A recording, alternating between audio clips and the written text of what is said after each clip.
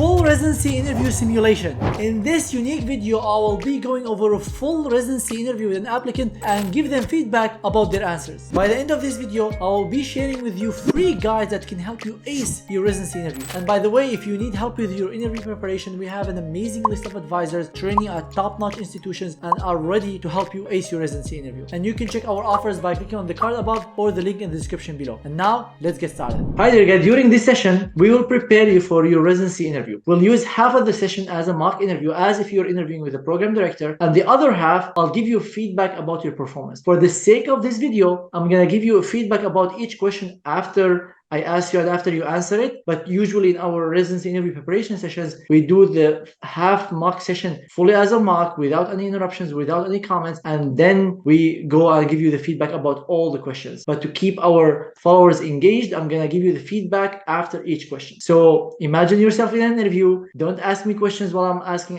when we're in the mock session, but you can ask any questions you have during the feedback part, okay? Yeah, I understand. Thank you. I really appreciate this opportunity. Thank you for agreeing to record this and benefit the residency applicants for March 2024 and future applicants. It's my pleasure. Yeah, thank you. So now we'll start as if it was a real interview. Hi there, Ga. Welcome to the program. Hello, how are you doing? I'm doing great. Thank you for interviewing with us.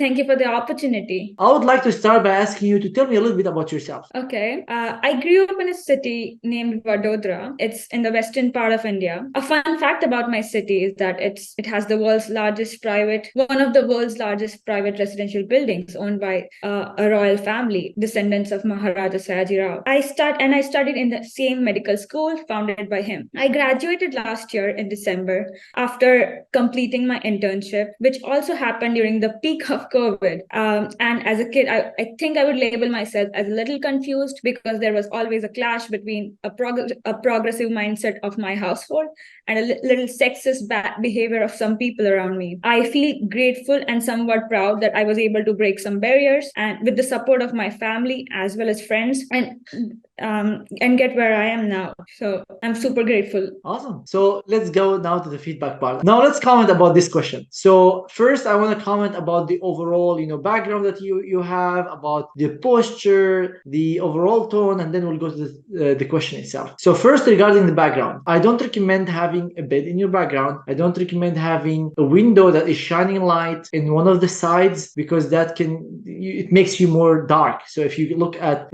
your face now, it looks more dark than if the sun was facing your face. So probably if I were you, I would probably use the wall that is in front of that window, and in that case you can cover your bed and it wouldn't show, and you can hang a painting or like a small thing on the wall that can give some nice vibe to the interview. And these are cheap things. You can find a lot of things on Amazon. You can buy a plant for like 20-50 bucks, and it can give much better vibe for your interviewer. The other thing is, I feel that you're a little bit anxious. That might be a result of this is your first interview, might be because you're on YouTube, but in general, try to decrease the stress. How can you do that? By practicing. The only way to decrease your stress is by doing more and more. The more sessions you do, the more you record yourself, the more you do with our advisors, the more you'll feel comfortable about the interview. The other thing, I feel the camera is kind of going from up at an angle. Try to have the camera eye level and not much space above your head, maybe like less than 1/3 of the space to be above your head. So this is like a general feedback about the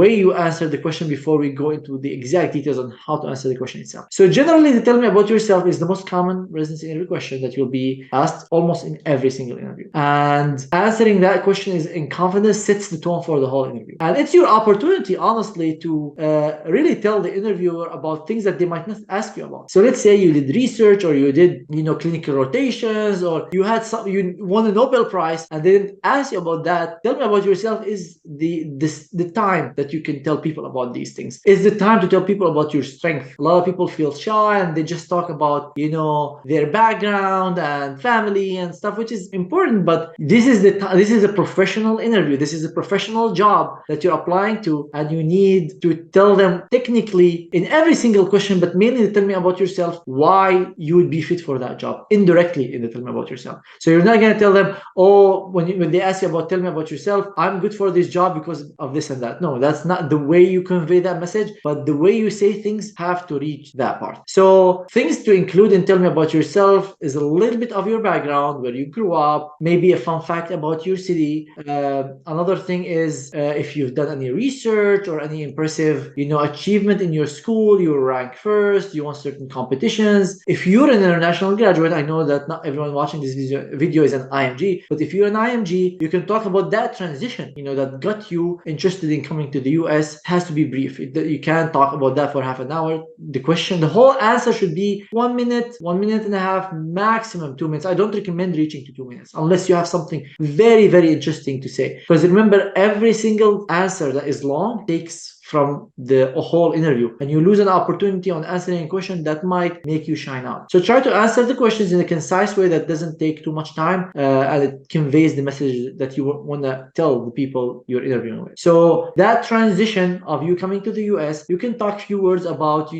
how you started developing interest in the specialty and what kind of things you did to tell that interviewer that you're fit for this job. You have, certain skills and characteristics. I try to avoid saying things like, oh, I'm hard working, I'm a team player. I want to see examples. So instead of, I will talk about that when I ask you about the strength. Instead of saying, oh, I'm a hard worker, tell me like I won this competition and I, worked hard 2 jobs beside medical school to be able to reach where I am now. That is a story that tells me I'm a hard worker. You're a hard worker. You don't need to tell me the word itself. Tell me, the story that can convey that message. Also, if you did some US clinical rotations in the US, if you're an IMG, that's something to mention here. And you can end with something about hobbies, interests, and that you're looking forward to match into residency in the US. So talking about your question specifically, I felt that there was not much strength or things that could be conveyed for a professional job. I didn't hear much about your rotations. I didn't hear much about research. I didn't hear kind of incidents or stories that can tell me you're a hard worker. You mentioned something about you overcoming certain mentality or certain challenges, but I would try to, you'll find thoughts, different schools and different thoughts on how to answer certain questions, especially topics that are kind of debatable or topics that might not be the traditional, answer. So something about I was confused. When you said I was confused, I would not recommend mentioning that word. I highly try to encourage people to use always positive words. So instead of using the word confused, that's like negative word, because you don't want to seem that you're confused. You want to seem always that you know what you're doing, you have challenges, you overcame that challenges. The word sexist might not be, again, the best to use in a residency interview preparation. So, or sorry, residency like interview. Now we're like in a mock. So imagine you're on a real interview. I would try avoiding mentioning these words, but you can still, mentioning these challenges. So for example, if you're trying to say that because you're a female, some people opposed your way of going into residency, you can say something like, when I started, thinking about going into medicine, I had multiple people that discouraged me from pursuing medicine because I'm a female, and that is a challenge I had to overcome and convince people that I'm good fit for the job. And despite their discouragement, I still persisted and worked hard to achieve my goal. So I convey the same message that you tried to say, but in a more positive manner. So that's why I always recommend people to seek experts and advisors to help them with the interview preparation, because sometimes certain words that might not seem bad to certain applicants, it might seem bad to program directors, and you're from outside the US, I came from outside the US. What is acceptable for people in India or Pakistan might not be here. The way that we say certain things culturally are different, so you need someone who is in the culture here that can tell you about certain things. So for your answer, I highly recommend starting with with the background. What was the story that you mentioned about the family, and like you were talking about like rain and royal something? What was that? Just a clash between different mindsets is what I wanted to convey. A progressive mindset versus the community, which kind of suppresses the female in general. I see. But you mentioned in the beginning that you're from somewhere, and you told me a little like small story about where you come from. Just a fun fact. What was that? Yeah, so basically, I am from Vadodara, as I mentioned, and my college is Baroda Medical College. It's under the University Maharaja Sayaji Rao University, which is named after doctor, as mentioned, Sayaji Rao, the royal family back in the days, that is a big part of our culture in Vadodara. I see. Okay, so that's an interesting story, but you try. I always tell people that in every story that you mention, try to tell me something, strength about you. So, for example, if you come from somewhere that is historic, I'm just giving you an example because the things that I know, I don't know about you. You have to come up with these ideas based on the advice I give you. So let's say you're from a place that is really historic and old. Yeah. I might say I'm from this place that is really, is 3,000 years old, and it's very cultural and history, and that gave me exposure to people from different cultures, different ethnicities, and made me able to work with people from diverse backgrounds. So I'm trying to tell my background kind of prepared me to work with different mindsets. So I'm a team player. So you see how, and that's why preparing for an interview is not easy, because you have to write stuff, bullet points, and try to come up with the stories based on your background. Did you do any US clinical experience? Yes, I did. So this is something you could have mentioned here. You can say something like, I decided to pursue residency in the US,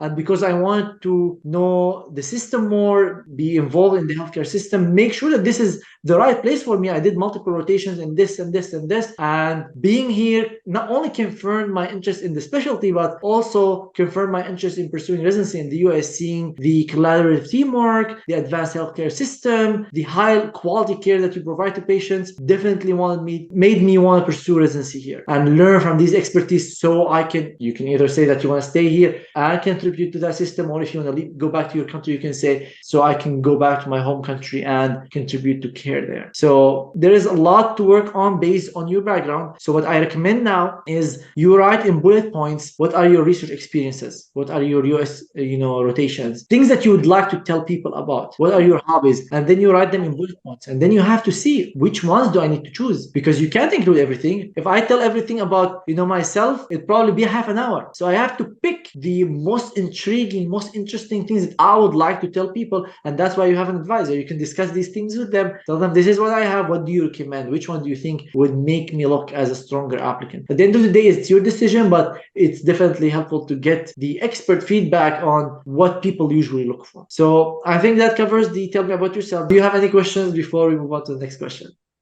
No. Now let's go back to the mock interview mode and continue with the interview. Why are you interested in internal medicine? As an intern doctor in my hospital back home, I had the opportunity to work in the internal medicine department as well. I was fascinated by how my mentor used to work, how the residents used to work, and the pathologies that I saw, and the interdisciplinary nature of the specialty really intrigued me. How the holistic approach, rather, I would say. I had also the opportunity of working in the COVID department, working in the ICU for a little bit. And I was just amazed by everything there. And I loved working as a team, and how we had to collaborate with the nurses, other paramedical staff there, and also other specialties. How I got involved in all of that made me love the specialty more. Okay, awesome. Now let's move on to the feedback about that part. So let me ask you something. If you have to tell me the bullet points of your answer, why are you interested in internal medicine? If you had to summarize that in 2 or 3 bullet points, what would these bullet points would be based on the answer you just gave me? Interdisciplinary. Okay. Different systems coming together. I get to see different pathologies. I'm not stuck to one pathology or one system. So diverse presentation, like different pathologies. Okay, what else? Teamwork, I would say. Working with a lot of people, and also in internal medicine, I get to see a patient from the start of their condition till they are, better, and that continuum of care. The connection that we get with the patients. Okay, so the interdisciplinary team and the teamwork are kind of the same, because you're working with multiple teams. It's teamwork. So you're saying teamwork / interdisciplinary work. You're saying the continuity of care and the connections you build with patients, and the diverse kind of presentation. I recommend whenever you're preparing for interviews and whenever you're preparing your answers to decide on these bullet points before you decide on the answer. So you kind of concluded the bullet points based on the answer you gave me. So I recommend when you're preparing to, your answer was, reasonable. I would say it's better than tell me about yourself, as in like overall, it's not perfect. That's why we're working on it. But I recommend whenever you're thinking about an answer, when you're preparing, even before the interview, because you have to prepare and decide on the line that you want to go into. I don't recommend you write a script and say that script. Why? Because you would seem like a robot. If somebody is memorizing an answer and they're just 1, 2, 3, 4, 5, it doesn't look natural. And you want to seem natural in the interview. So I don't recommend scripting an answer, but I highly recommend scripting bullet points. So you're saying interdisciplinary work, the diverse presentation, and the you said continuity of care connections. So you start by talking about one and kind of giving an example of that. So for example, the interdisciplinary team, and the way you started is great. During my internship, I worked with, you can say, one of the aspects of internal medicine that was very interesting to me is the fact that you'd be working with multiple teams, the teamwork, and you together reach kind of a diagnosis and treatment plan for the patient. During my internship, so I kind of started more abstract and I went into the example. During my internship, I remember that how I worked with pathologists, with surgeons, with subspecialties of internal medicine, doing consults, listening to their recommendations, us presenting the patients to them, and how we all as a team reached a plan for each patient. Or you can start with that and then go more abstract. You can say the example first, and after that you can say something like that interdisciplinary work and the fact of working with different teams was very interesting to me. So you either start abstract and go example, then abstract, or just the example. But highly recommend the example, where you're telling me what is interesting to you through an example, through the fact that you were doing an internship and you work with multiple people, and that's why you like internal medicine. Why? Some people might ask, why is that? Why would you recommend that? The reason is, first, you're telling me that you did an internship. So you indirectly, maybe without knowing, you told me a strength that you actually did some, clinical work, not only med school, you did a full internship. You might say, everyone knows that, in India, you have to do an internship, but no, people here might not know. Your program director somewhere might not know how you do med school in Georgia or in Russia or in China. Remember, there are so many countries and the US system is familiar with the US system, but if you're an international graduate, they might not know how it works in your country. So now I learned the strength about you. And also I learned that you actually worked with team. You're not just preaching about teamwork and, you've seen it on the internet and this is like an answer you've read somewhere. You actually work with teams. So you build a bullet point and then you extrapolate an example of that and either summarize it with the abstract version of this or not. But start with the bullet point and think of an example. Think when you write your answers and you're preparing, think of an example, because you don't want to, these commonly asked questions, you don't want to come on the spot. You'll be very, very nervous if every question you're trying to answer on the spot. So number 2, you talked about the diverse pathology. So you can say another aspect that interests me in internal medicine is the diverse presentation. We literally deal with pathologists from every single organ. And on my internal medicine rotations during med school, I've had patients who had pneumonia, patients who had dementia, patients who had cardiac issues, and you try to, through the example, how you're able to manage all these different pathologies and how intriguing it was for you, how interesting to be able to think out of the box, be able to read and learn more and more about different pathologies. And you can say something like, if you wanted to, that's why I'm also interested in a program that offers me this diverse clinical experience so I can grow as a clinician. Just few words. Doesn't have to be half an hour diverting from the question, but just few words that says, or you can say something like, that's why I'm interested in a program like you that offers interactions and diverse clinical presentations so I can grow as a clinician. That now tells me you're interested in my program, you've read about my program, and you know what you're getting yourself into. So you see how interview preparation is actually very complex, because you need to go to that level. Competition is huge now. There's thousands of applicants, and a lot of people tell me, not in all programs, in a lot of programs, once you get an interview, it's all about your interview performance. So you don't want to waste that chance. You've worked all these years and spent all that money. You don't want to waste that chance because you didn't prepare or you didn't have someone to help you prepare. It's twofold. An advisor or an expert without you preparing is not going to work, and you by yourself trying to figure it out is not going to work. So try to get both and work on it. It's a a lot of work. I spent hours and hours preparing my answers and preparing my interview, because you have to, it's like playing chess. You can, play chess and think about the next move, but the real experts are the ones who plan 3, 5, 20 steps ahead. So that's how your question should be, your answer should be, trying to hit multiple points with one answer. And for example, you mentioned about continuity of care. You mentioned like a small story about how you took care of a patient and you followed them through the whole presentation. You also followed them in clinic and how satisfying that was for you. One thing here to keep in mind when you're mentioning especially 3 bullet point stuff, the answer might be on the long side. So you have to be very careful in every word you say. Don't start telling me a patient with diabetes and heart failure who came to the hospital with, no, it's not gonna fit here. There's no space to include a full patient presentation to give me an example of your connections you built with the patient and why you got interested in medicine. I want something much quicker. You can either, if you have time, all questions should be below the 1 minute and a half. If you have time, you can say, and I also did rotations here, and these rotations were internal medicine, and they confirmed my interest in the specialty by 1, 2, 3. So these are all ideas that at the end of the day, you have to think about it. And when you have multiple hours with us, we'll kind of test, or even if we have time during one session, because you see each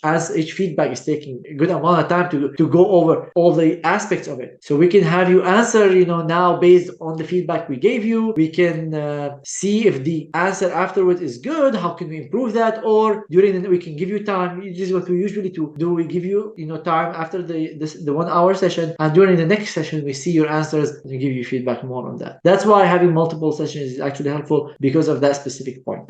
Now, do you have any questions about that before we move on to the next question? Yes, I do have one question. So you said that I have to give examples, I have to explain, give a reason why that particular point I have put up. So I think in a personal statement, everyone might have put up the story of why they want to go into internal medicine. So is that something that you would recommend repeating, or would that be like, they have already read that and that's why I don't need to repeat it? That is a very good question. And yes, you can repeat it. You don't have to find different answers for the same question. If you're interested in internal medicine because of one A, B, C, you can repeat that. Try to not recite your personal statement. Now I want to hear it in like how you would answer it, not reading your personal statement. If you had the patient presentation in your personal statement, maybe use a different story or a summary of that rather than telling me the whole patient presentation. So it's fine, but to an extent, without reading the full personal statement. Okay, thank you. Now let's go back to the mock interview. Why are you applying to our program? What aspects of our program interest you, and why do you want to train here? So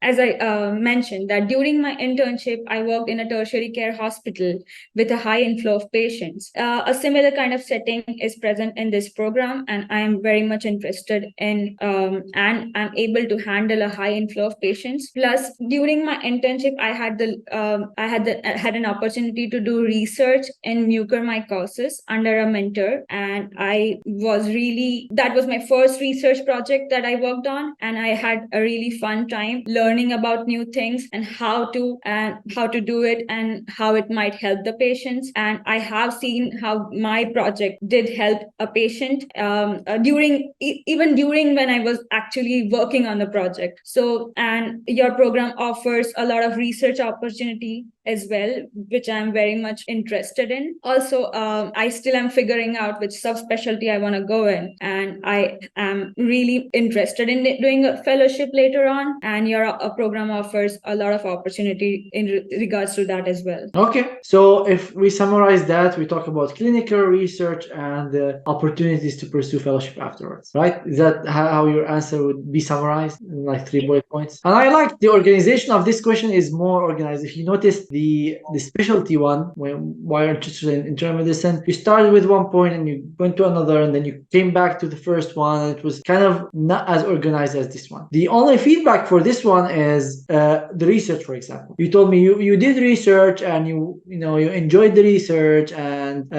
you worked about this on a study, and I want to hear more. So I want to hear more specifics. So for example, let's say I did research projects on the outcomes of this medication on that disease, and the process of trying to find a solution for a problem, and the fact that this research will be used by others was very appealing to me. And that's why a program like yours, where they focused on research and advancing the residents research acumen. I read on your website that you've had an average of 5 publications per residence. This is something very interesting to me, and I would like to be part of this residency program. And that's one of the reasons I would like to be part of this residency program. So you see, now I'm trying to be way more specific in the answer. What was the study on? What did you do? Why the study was interesting? How did you know kind of that our program has research opportunities? Not just this program offers research. It has to be more specific. The same when you talked about the fellowships.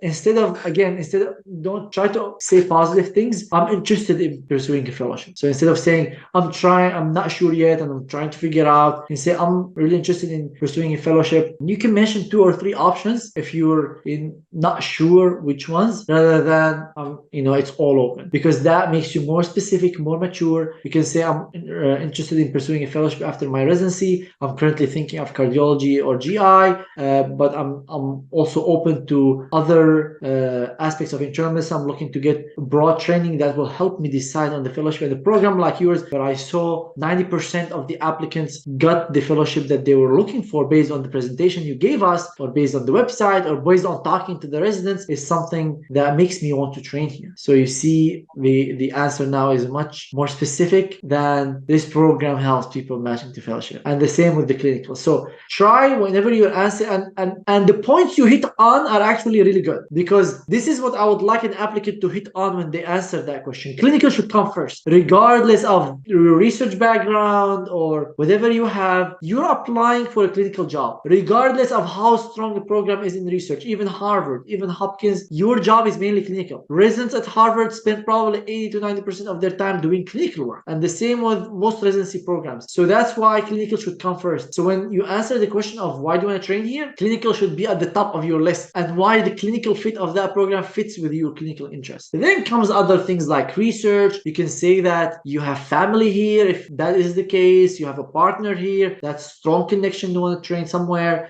You've done a rotation at the place, that's another reason that you actually work with the people. Another point could be how nice people are, and that should be based on something. You can't just say, they're nice. How did you know that they're nice? Because that comes in my mind directly after you say that. You say, based on the interactions I had with the residents yesterday. Sometimes they have this social dinner or social Zoom thing the day before. You can say something like that. Somebody trained there and told you these things, or you talked to one of the residents, or one of the faculty is your friend. So you have to give me kind of connections to the program that convince me that you really know the program, because the more you answer specifics and that you really know the program, the more likely the program will take risk in you, because they haven't worked with you. So how can they know that you would be a good fit in this place? By you telling these things. You actually talk to someone and they said this. So I think the points you mentioned are valid, but could be also others. So you have to pick. I think 3 should be the max you mentioned for any question. 3 bullet points should be the max. So pick the ones that are kind of the highest for you and would leave the best impact. Also, you did a good job by talking about the research. So even if I forgot to ask you about research, or I skipped research on your CV, now I remember you actually did research, and you mentioned that by building that connection to us doing research. The fact about clinical, and you can mention a rotation in the US or a whole residency you did in your home country that I might have skipped on the application. So all these things, all these questions are opportunities for you to answer strength by saying something indirectly. During my research, I did this, and that's why I want to train here, because this program focuses on research. During my residency in Pakistan, I did the whole training, and I gained experience in this aspect of whatever, and your program offers that. Or you want to work with the community, or whatever reasons you have. So all these are opportunities for actually you to tell me about your strength. Any questions about this question about why the program, which is actually a very important question? Yes, I do have one question about fellowship. So what I heard was that if the program doesn't have fellowship, I should make my answer a little bit according to that. That is a valid point. Trying to make yourself fit with the program. So in that case, don't pick the fellowship as the third point. Pick something else. So I'm assuming usually these programs that don't have fellowships are usually smaller programs, more community life. And you can say that in India, I worked in small communities. I was able to advance the care of these patients. And a program like yours, where we serve a community of this number, I think I would be a great fit for this program because of 1, 2, 3. So mention a different point. So you have to be careful that your answer should not be the same for all programs. If you're a PhD person with multiple basic science projects, you should not focus too much on that in a community program they don't have a basic science lab. That's an extreme example because probably an applicant like that will not apply to a community program. But I'm just giving you that your answer should change based on, or the bullet points that you picked out of the list, because you probably have a list, and your pick for each program should change based on what the program is. And the other thing and this is something I want to highlight now that I might have forgotten to mention, it's extremely important to prepare for interviews by looking at the program. A lot of people just show up on the interview and they listen to the presentation and they start interviewing. No, they might have prepared themselves. You need to look on every page on the program website. You have to look at webinars they did in the past, YouTube videos, look at their program directors, look at their chair, the people that will be interviewing you. Research the people, research the program. You need to know what you're getting yourself into before you interview with these people. So that's very important to know. Every program you need to prepare and adjust your answers based on that. Now let's move on to the next question. What makes you unique? We get thousands of applicants each year. Why should we pick you over other applicants? I believe that I am a good fit for this role because of the relevant skills, the experiences that I had in the clinical rotations in the US, as well as the ones back home. And I've researched the program well. It offers enough diversity, and I have previously worked in a diverse environment. I believe that I am an advocate of interdependency. I believe that people need each other to help each other. I like the way you started here by saying I'm good for this role. You can say something better, such as I describe myself as someone, and then you can start, or I'm someone who's. Well, I would try to avoid saying I'm better than other applicants because of this. They might lead you in that answer by saying, why should we choose you over other applicants? Don't say you should choose me over other applicants because of that. Try to go into the answer as if you're answering what are your strengths. So this question is another version of what are your strengths. So again, the same principle. Try to build a bullet point list of what are your strengths. So teamwork, you're a team player, that's one. But again, every point now has to be supported by an example. So I want to know your team player. Tell me a little bit more about that. Very briefly, because the whole answer needs to be less than 1 minute, 1 minute and a half. 1 minute, I would say between 1 minute and 1 minute and a half. So team player is one. Researcher is another. Hard worker is like a big one. But hard worker, again, not just words. I need to see a real example of hard work. So someone who didn't have much money, who their family didn't have much money in, let's say, China, and they had to work 2 jobs in addition to their medical school. And after they finished medical school, he kept doing residency in addition to other jobs to be able to save enough money to come to the US. I'm hearing a story of hard work. You can say I stayed up until like midnight almost every day because I didn't have enough means to support myself on my residency. I had to do another job. So all kinds of stories like that tell me that you're hard work. So every story has to be supported by an example. So hard worker is another. Other experiences you had, for example, determination or grit, or that you try to get things done by an example. Let's say you won a championship in basketball, and people know that things like that require a lot of training, a lot of preparation, and you can mention how the determination that you had to be able to win that competition will transfer into residency. If someone is able to train for hours and hours and transfer that into victory, that's a perfect example of determination. Or even teamwork. You can talk about how you worked with a team during your basketball career, but it has to be something significant. It's not like you play as a hobby once a week and you're trying to answer your interview question through something that you're not much involved in. So what I'm trying to say is, once you build that bullet list based on your experiences and start supporting it with experiences from your life, and it doesn't have to be from medicine. People always go to medicine. If it's something significant, fine, you can include it. If it this is something that you want to tell about yourself, that's great. But you can still use things outside medicine. Like especially if you want to tell me about that. And remember, a lot of people find these things very interesting. If you're someone who won a medal for being the best, table tennis player in your university, they want to hear about that because that brings something different. A lot of applicants have scores and USCEs and they've done some research. But if you have this kind of extra stuff, that can add to your CV. So try to support these strengths from examples. And you might ask me, well, what do people like to hear, or what are the strengths that would fit with a residency program? Definitely hard work, team player, because you're always working with a team. Definitely determination and getting things done. You can prove that through you finishing 50 patients a day during your residency in Russia. You can say that you're determined through finishing 20 research projects in 1 year. People can understand that you actually get things done, and people love to get things done in residency. You're an advocate for patient care, and you can tell me a little bit about that. You can say that your clinical strength, your clinical training is one of your strengths by saying you finished the whole residency in your country and you've done multiple rotations in the US and you have what it takes to start residency in the US clinically. You can talk about research as one of your strengths. So we mentioned how you mentioned it as why you want to apply to the program, but it could also be mentioned as a strength. So every applicant is so different. So you have to build that big list of your strengths and then pick that. Again, tailor it to the program. If your program is strong in research, put the research there. If your program is strong in clinical, put the clinical there. But almost all programs want clinical, want some like personal characteristics, and you can adjust that based on each program, based on the research you do for that program. Any questions about that? No, I'm good. Thank you. Now let's move on. What are your weaknesses? Anxiety. I am a very anxious person. I get overwhelmed when in certain scenarios, and I have dealt with it personally.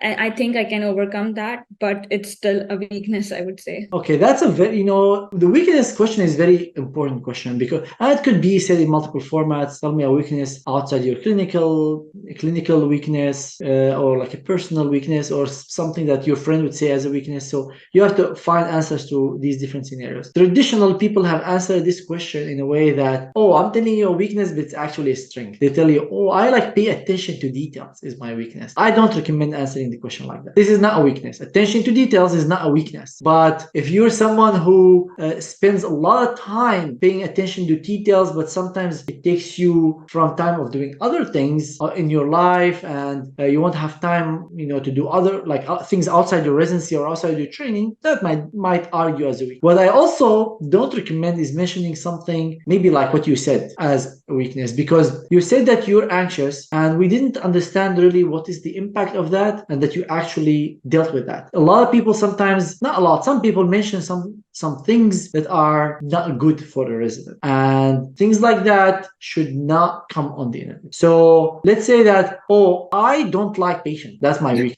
That should not, come on the interview. I'm giving the most extreme, but you'll find people who mention things that make you look bad.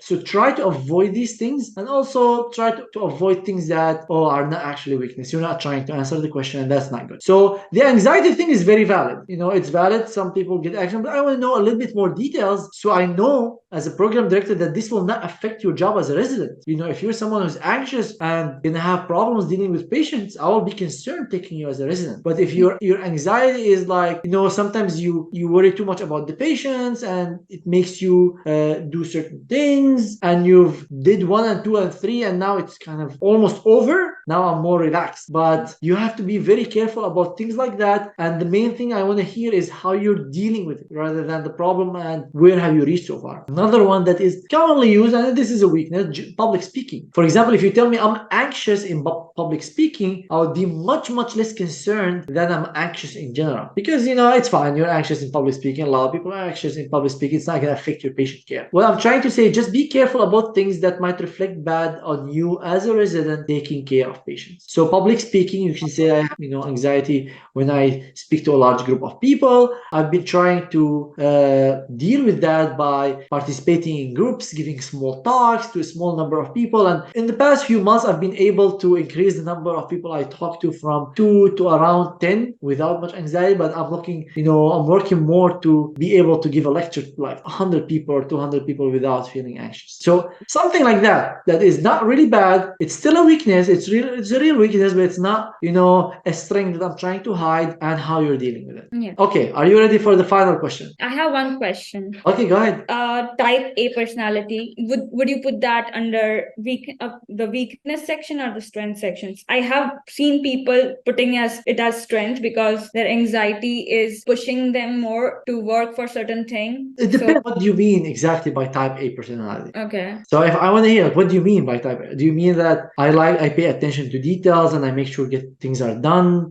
Or you mean that I get overwhelmed? The word overwhelmed is bad. You don't want to use that word. So what do you mean exactly by type A? Because some things are good in type A, some things are not good in type A. So you have to be more specific in asking, like, can you tell me now what do you mean by that? So what you're saying is I should break it down into more specific things rather than keeping it as a generalized term out there. Type A, and I want to hear what characteristic exactly you're referring to. As you mentioned, the anxiety, the over focused on certain details, taking the anxiety home with you're anxious about treating a patient, you're super worried about a patient and stuff like that. That's something you can mention. I try to avoid the word anxiety itself, but that what you just mentioned is one that you're someone who really cares about patients, and sometimes that takes on me as a provider. I worry too much about my patients and I get taken emotionally. I've been trying to kind of isolate myself and my work from home and my personality there and my family, but it still sometimes takes on me, and I'm trying to, and then you can say 1, 2, 3 of what have you been trying to do to I kind of isolate that. And this is actually not necessarily a strength. It's not you're trying to hide the strength as a weakness. I think this is like an answer. You can answer something like that, but it's all about how you're handling it and how you're trying to resolve it, because it's not necessarily a strength. It can show portion of it as a strength that you actually care about your patient, but it's affecting you somehow negatively in your normal life, and you're trying to kind of isolate. You still want to care about your patient, but you want to isolate your life from work. Okay. And as you said that I have to mention how I overcame the anxiety and what I'm doing for solving that issue. Exactly. So for me, I personally like to paint, and that's a way to decrease the anxiety and feel more at peace. So is that something I should mention when I'm mentioning my weakness as well? That's a perfect way of mentioning something like that, because you're not only mentioning that you have a plan, you've already started working on it, but you're showing me as a strength that you paint. I didn't know that you paint before, and now I know. And you paint to patients, you paint to family, you do fundraising, and you can tell me all these things about painting from that on. You can, if you actually paint, you can put the painting in your background to convey that. People might ask you about that. That's interesting. Yeah, that's a good way to put that in. That's why always the background should reflect something about you. Even my background, actually, if you can see, there are books. There is something from the culture of my country, from Syria, that thing there, the plant, Hippocrates, which is, the figure of medicine. There is a piano. I don't know if you see that there behind here on my shoulder, to tell people that I play piano. Everything is you can see the piano here too. So I put these things in my background because I want people to ask me about them in case we didn't have time. And sometimes it acts as an icebreaker in the beginning. Oh, I see piano in your background. Do you play? And then, because this is a topic that is hobby to you, so it's easy for you to talk about, and you can get into the conversation easily. Okay, now let's go to a behavioral question. Tell me about a situation where you had an angry patient, and how did you deal with that? It happened during one of my clinical rotations. I was in San Antonio, and we had an angry patient, an 80-something lady. I started taking her history, her physical. She had trouble understanding my language, which is English, but she had trouble understanding my accent, and she started getting angry on me. And I tried to verbally deal with it, and then I had to call my mentor, the physician I was working and rotating under during that time, to deal with the situation better, so that I do not make the situation worse. Okay, so that's a way to answer behavioral questions. I always tell, so when you're answering behavioral questions, tell me about a situation where you had, or what would you do if you had that situation, to think about 4 things. First, especially when they tell me about a situation where you did something or had a bad interaction with a resident, or you were angry, or the patient was angry, or teamwork, or you demonstrated your leadership skills. do it in 4 ways, four parts. First part is you talk about the background of the situation. So you said during the rotation in San Antonio, and that is strength. Now I know that you did the rotation in San Antonio, you know the system.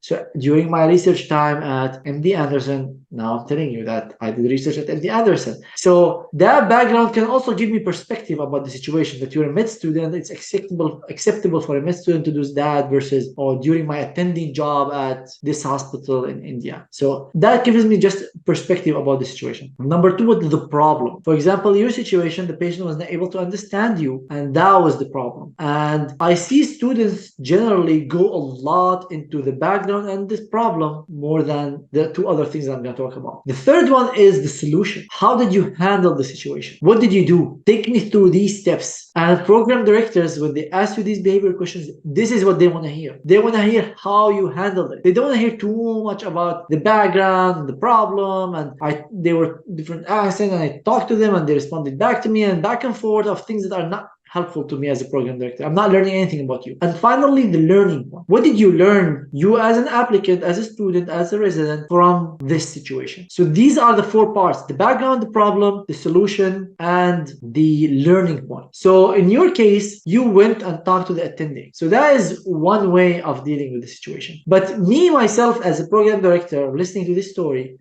so the way that you handle the situation will convey either strength or a weakness or nothing. This does not convey strength. Why? Because you actually did not deal with the problem. You just asked for the help of the physician dealt with the problem. So you technically did not do anything. So maybe this story is not the best way to convey, this situation. Search for another angry patient in your history and whatever your stories are.